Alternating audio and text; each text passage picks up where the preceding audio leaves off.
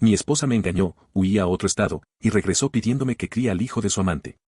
Hace 1 año y unos meses, mi vida se dio vuelta por completo. Podría decir que explotó, o que se derrumbó sin previo aviso, pero la verdad es que simplemente dejó de tener sentido. Yo estaba casado con Claudia, mi novia desde la universidad. Llevábamos 7 años juntos, 3 de ellos como esposos. Creía que lo nuestro era sólido, de esos relatos que otros miran con envidia, pensando que las parejas jóvenes no pueden construir algo duradero. Pensaba que habíamos ganado, que éramos esa excepción que confirma la regla. Teníamos un departamento en el centro, trabajos estables, rutinas compartidas llenas de risas y confidencias. Nos imaginábamos teniendo hijos en un par de años. Yo tenía 30 en ese entonces, con planes, sueños tranquilos, estructuras que parecían inamovibles. Y lo más curioso es que jamás percibí la grieta. No hubo mensajes anónimos, ni algún amigo advirtiéndome nada. Un martes cualquiera, de esos que se arrastran sin sobresaltos, encontré todo. Claudia había salido a otra cena de trabajo, cosa que se había vuelto más habitual últimamente. Yo estaba en casa, sin nada extraño que hacer, cuando quise revisar un correo importante que no podía esperar. Mi teléfono estaba sin batería, así que tomé la tableta que usábamos para ver series. Estaba sincronizada con su cuenta en la nube. Al abrir el navegador, lo primero que vi fue su historial de búsquedas, direcciones de moteles, reseñas de juguetes sexuales que jamás había visto.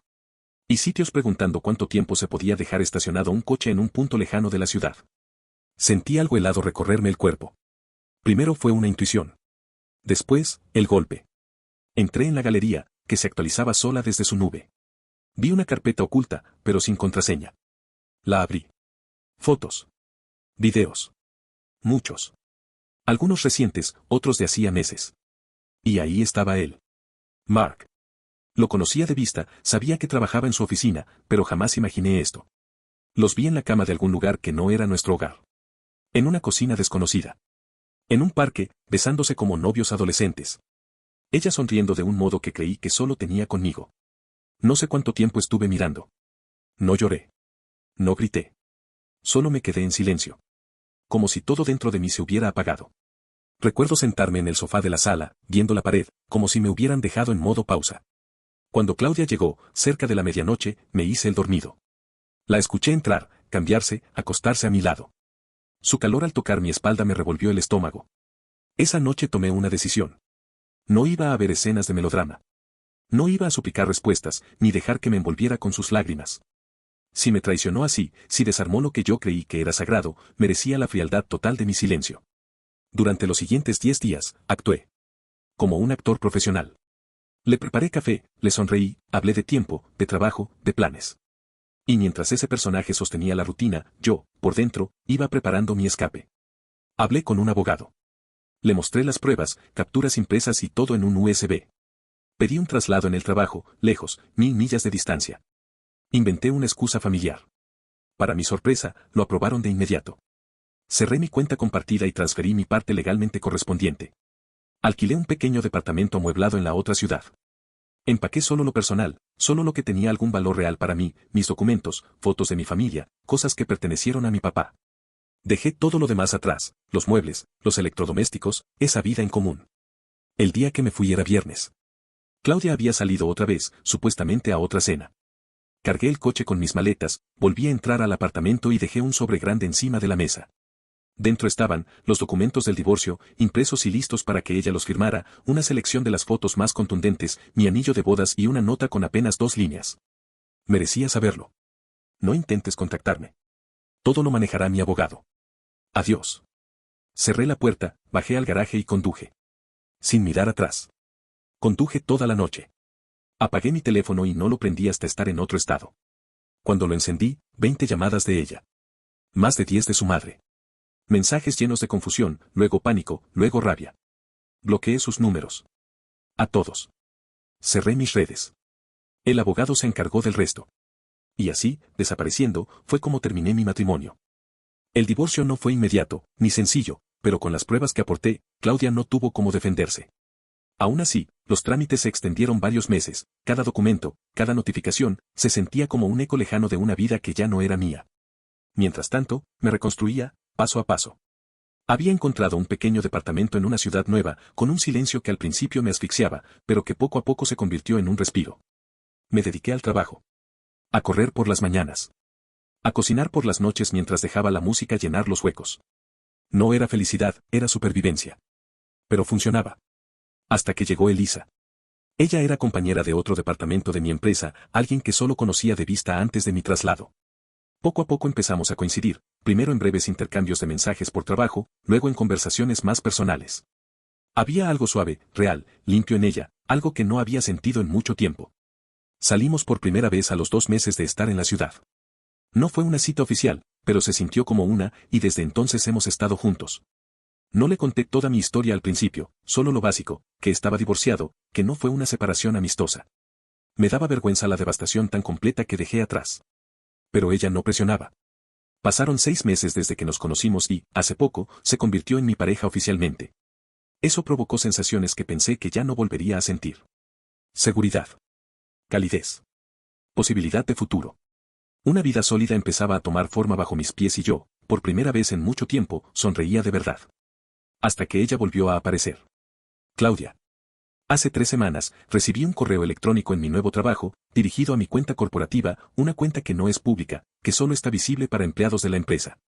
Era un correo breve, con apenas una línea en el asunto: por favor, necesito hablar contigo. Lo borré. Sin siquiera abrirlo. Pero siguieron más. Desde correos con dominios diferentes. Sé que estás ahí. Solo quiero explicarte. No me ignores, por favor. Una cadena creciente de desesperación que se colaba en mi bandeja de entrada como un eco sucio del pasado. Después vino LinkedIn. Una cuenta con el apellido de soltera de su madre me envió un mensaje largo, maníaco. Me decía que había cometido un error terrible. Que no sabía cómo enmendarlo. Que no quería nada más que hablar conmigo. Lo único que hice fue bloquearla. Y entonces, lo peor. Un mensaje de voz de un número desconocido en mi teléfono personal. No me había dado cuenta de que me había llegado una llamada perdida hasta que vi la notificación. Cuando lo escuché, el aire me faltó. Era ella. No estaba gritando, no estaba furiosa. Era ese tipo de llanto que viene desde un abismo de desolación. Una voz rota diciendo mi nombre una y otra vez. Rogando que hablara con ella. Que había pasado algo terrible. Que ahora no tenía a nadie. Me quedé temblando. Mi primera reacción fue rabia. ¿Cómo se atrevía a irrumpir en la vida que tanto me costó construir? ¿Cómo tenía el descaro de buscarme después de haber roto todo? Pero debajo, muy profundo, se movía una sombra de duda. ¿Qué si algo realmente grave había pasado? Eso me dejó en un dilema moral que no esperaba volver a enfrentar. No contesté. No respondí. Hablé con Elisa y le conté todo. Lo que encontré aquella vez en la tableta, mi fuga, el silencio total. Tenía miedo de que el conocer mis reacciones pasadas me hiciera ver como un monstruo sin remordimientos. Pero Elisa solo apretó mi mano y me dijo: hiciste lo necesario para salvarte. Ahora seguimos salvando esto juntos. Durante un tiempo, intenté ignorarlo todo. Sabía que responder sería abrir una puerta que no podía cerrar fácilmente. Que ella no buscaba paz, sino refugio, atajos, víctimas emocionales. Y no iba a permitírselo. Pero la situación escaló de nuevo. Hace 3 días, uno de mis antiguos amigos en común con Claudia, Sam, me llamó. No habíamos hablado en más de un año. Casi no contesto, pero lo hice. Su voz sonaba nerviosa, tensa. Tío, lo que voy a decirte no es fácil, pero necesitaba que lo supieras.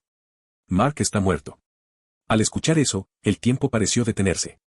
Esa frase de Sam se quedó flotando en el aire como una losa fría: Mark está muerto. Tardé unos segundos en responder. No sentí alivio. Tampoco tristeza. Solo una especie de vértigo silencioso. Como si todo el ruido del mundo se apagara para que esa frase llenara cada rincón. Sam siguió hablando. Dijo que Mark había tenido un accidente de coche hacía aproximadamente un mes. Una carretera mojada, un exceso de velocidad, un árbol. No hubo hospital ni agonía, murió en el acto. Lo dijo sin drama, pero con la gravedad de quien sabe que está contando algo irreversible. Y en ese silencio posterior, entendí lo que realmente significaba la cadena de mensajes desesperados de Claudia. El algo terrible no era una frase hecha. No era una manipulación que estaba exagerando. Su amante había muerto, y con él, toda la fantasía que había construido. La vida paralela que Claudia se inventó se había caído a pedazos. Sam continuó: me contó que ella había ido al funeral, pero la familia de Mark la rechazó. Estaba sola. Devastada.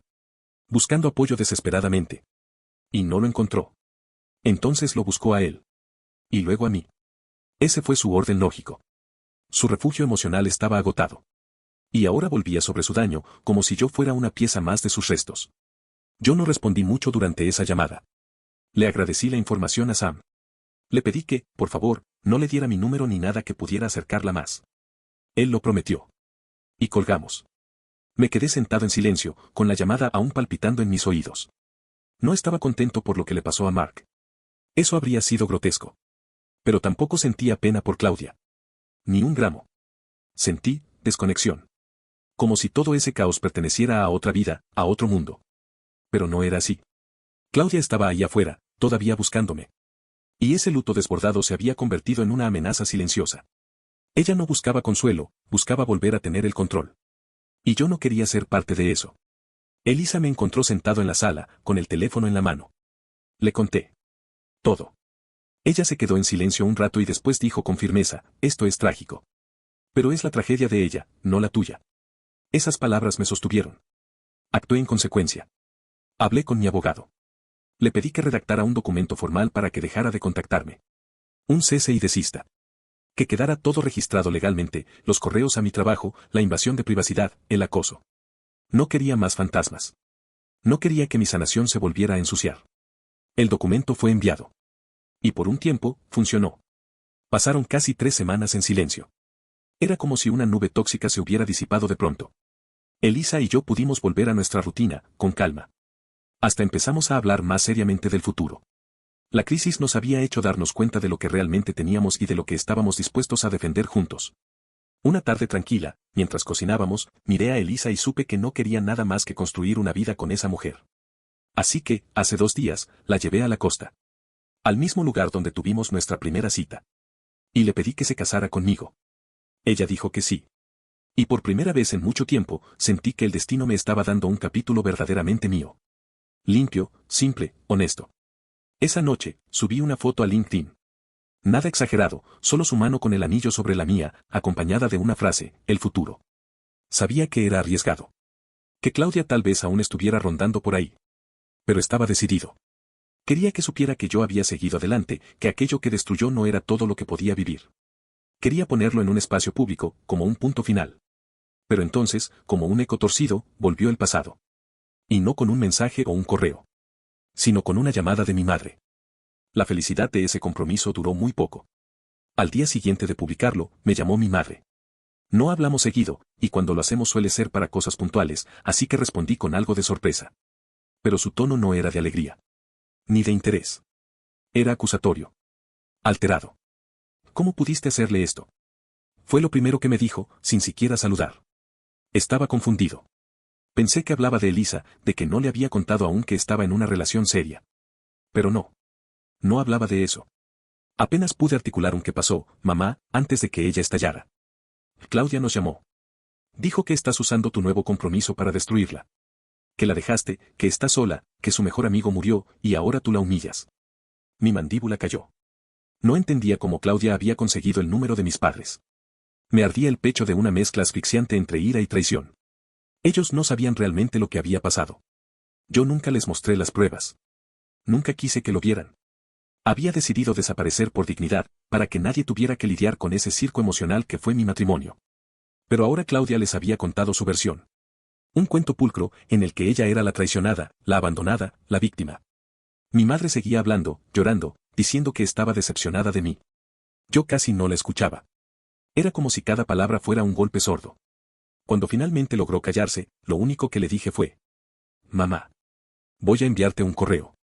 Ábrelo. Léelo. Y después, no vuelvas a defenderla. Colgué. Me temblaban las manos. Tuve que respirar varias veces antes de encender la computadora. Fui directo a la carpeta donde había guardado todo lo que mi abogado usó en el proceso de divorcio. Elegí 3 de las fotos más explícitas entre Claudia y Mark. Las adjunté a un correo, acompañada solo de una línea: ella no se fue por error. Se fue por elección. Presioné enviar. Y luego apagué la computadora.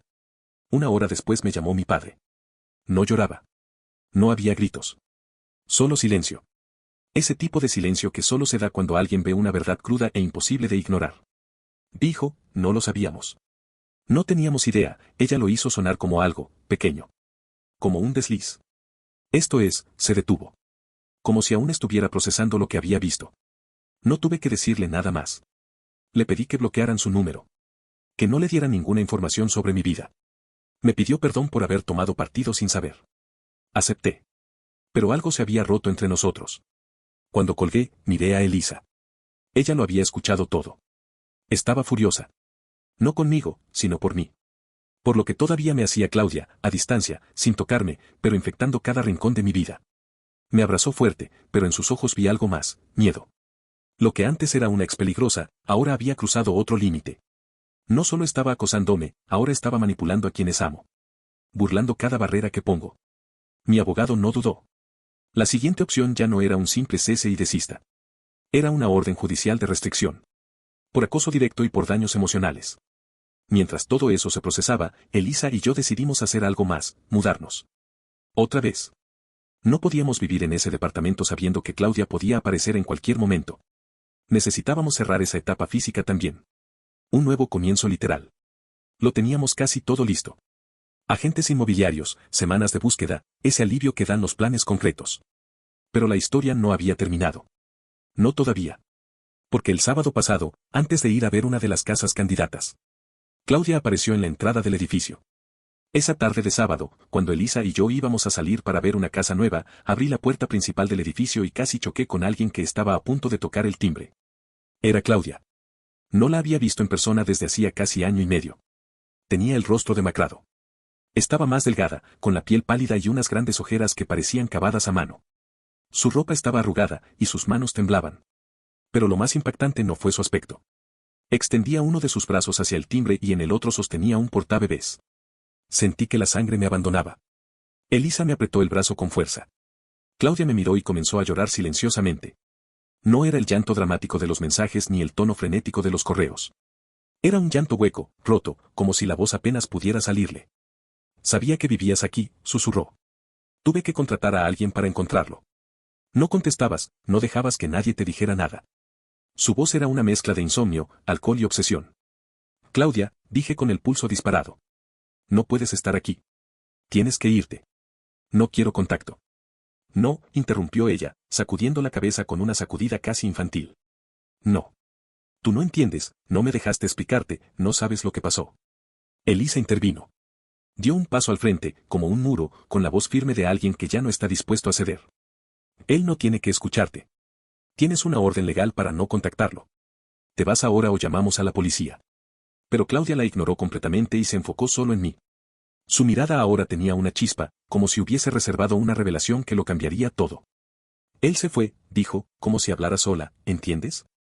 Mark, se fue. Me dejó. Lo sabes.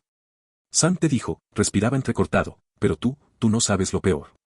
Se arrodilló frente al portabebés. Levantó el pequeño mantel que lo cubría. Y ahí estaba, un bebé. Dormido. Tan pequeño y frágil que parecía no haber sido tocado aún por todo ese ruido de adultez y ruina. Tiene 6 meses, dijo mientras miraba al niño. Se llama Trevor. Todo en mi cerebro se detuvo de pronto. Hice el cálculo, 6 meses. Mark murió hace 2.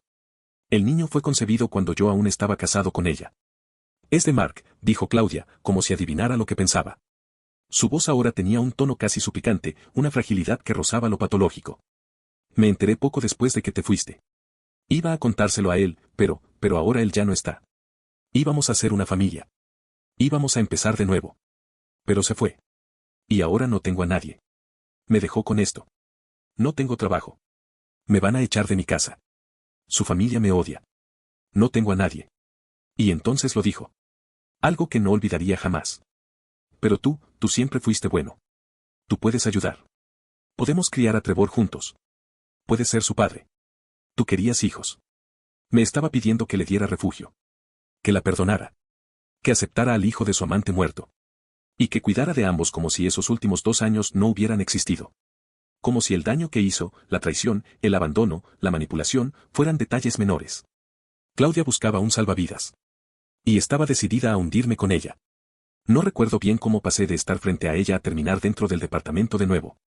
Solo recuerdo la voz de Elisa moviéndome, cogiéndome del brazo, cerrando la puerta con fuerza y marcando a la policía antes de que pudiera articular pensamiento. En el pasillo, Claudia golpeaba y gritaba mi nombre, mientras el bebé lloraba también, despertado por el ruido. Fue terrorífico. Irracional. Infinito. La policía tardó unos minutos eternos. Para cuando bajamos de nuevo, no había nadie. El pasillo estaba en silencio. Ni Claudia, ni el bebé. solo el eco de lo que significaba haberla visto así. Esa noche, Elisa me preguntó llorando si yo todavía amaba a Claudia. Pero la verdad es que ni siquiera era eso. No era amor. Era el miedo genuino de estar atrapado de nuevo en un lugar emocional que casi me mata. Tuvimos que contar todo a la policía y a mi abogado, añadiendo el incidente al expediente de acoso. Lo que antes era una historia de infidelidad ahora era un trauma en tiempo real. Y mientras todo eso pasaba, solo pensaba en algo, en cómo una persona puede hundirse tan profundamente que, para intentar salvarse, no le importe ahogar a quienes ya dañó. Porque ese bebé era real. Y no era culpable de nada. Pero yo no iba a sacrificar todo lo que había reconstruido, por alguien que jamás me protegió a mí. Los días posteriores al encuentro con Claudia y el bebé fueron los más largos que recuerdo. Un silencio extraño se había instalado en nuestro hogar.